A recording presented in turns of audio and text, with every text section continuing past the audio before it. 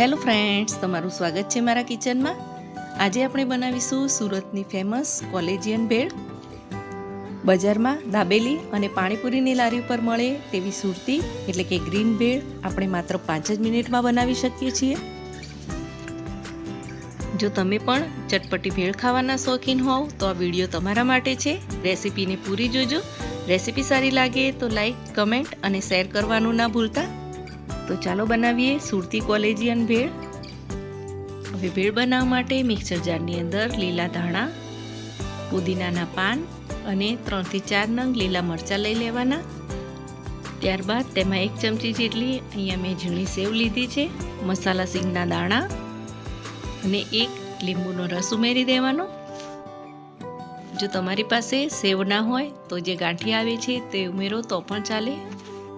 ત્યારબાદ તેમાં 1 મીડિયમ સાઇઝનો આદુનો ટુકડો, સ્વાદ અનુસાર મીઠું અને અહીંયા મેં સંચળ પાવડર લીધો છે તે ઉમેરી દેવાનો।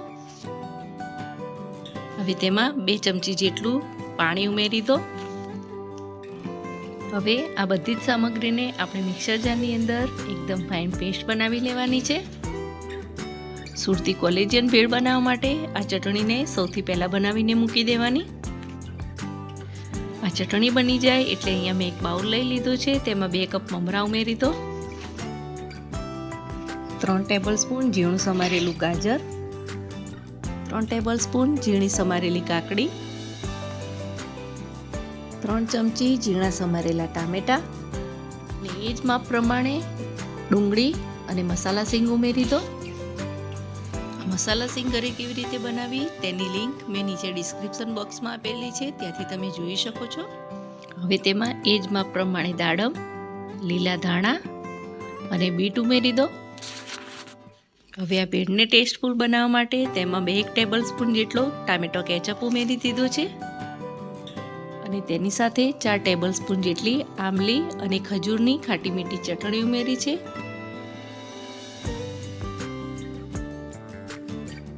હવે તેમાં સેવ ઉમેરી દો। હવે તેમાં મેઇન ઇન્ગ્રેડિયન્ટ્સ ગ્રીન ચટણી 6 થી 7 ટેબલસ્પૂન ઉમેરી દેવાની। આ ભેળ બનાવવા માટે આ ચટણીને પહેલેથી જ બનાવીને રાખી દેવાની। ફ્રેન્ડ્સ, અહીંયા જો તમે મારી ચેનલમાં પહેલીવાર વિઝિટ કરી રહ્યા છો તો ચેનલને સબસ્ક્રાઈબ કરજો અને બાજુમાં આપેલા બેલ આઇકન ઉપર પ્રેસ કરજો, જેથી તમને મારા આવનારા તમામ નવા વિડીયોઝની નોટિફિકેશન સૌથી પહેલાં મળતી રહેશે।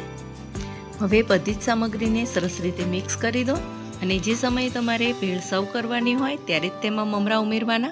આ સુરતી ભેળને ઘરમાં બનતા માત્ર 5 જ મિનિટ જેટલો સમય લાગે છે, તેથી જો તમે ઘરમાં ભેળ ખાવાના શોખીન હો અથવા બહાર જઈને ખાતા હો તો એકવાર ઘરમાં બનાવીને બધાને ટેસ્ટ કરાવવાનો। બધા જ ફરીથી બનાવડાવશે। આ રીતે બધી જ સામગ્રીને સરસ રીતે મિક્સ કરી દેવાની। મિક્સ થઈ જાય એટલે અહીંયા તમે જોઈ શકો છો કે એકદમ સરસ રીતે પરફેક્ટ બજારમાં લારી ઉપર મળે તેવી જ ભેળ બનીને તૈયાર થઈ ગઈ છે। તો તેને આપણે સર્વિંગ પ્લેટમાં નીકાળી લઈએ। તો અહીંયા તૈયાર છે ટેસ્ટી અને ચટપટી સુરતી કોલેજિયન ભેળ। જો તમને આ બજારમાં લારી ઉપર મળે તેવી સુરતી ટેસ્ટી અને ચટપટી કોલેજિયન ભેળ બનાવવાની રેસીપી સારી લાગી હોય તો લાઈક, કમેન્ટ અને શેર કરવાનું ન ભૂલતા।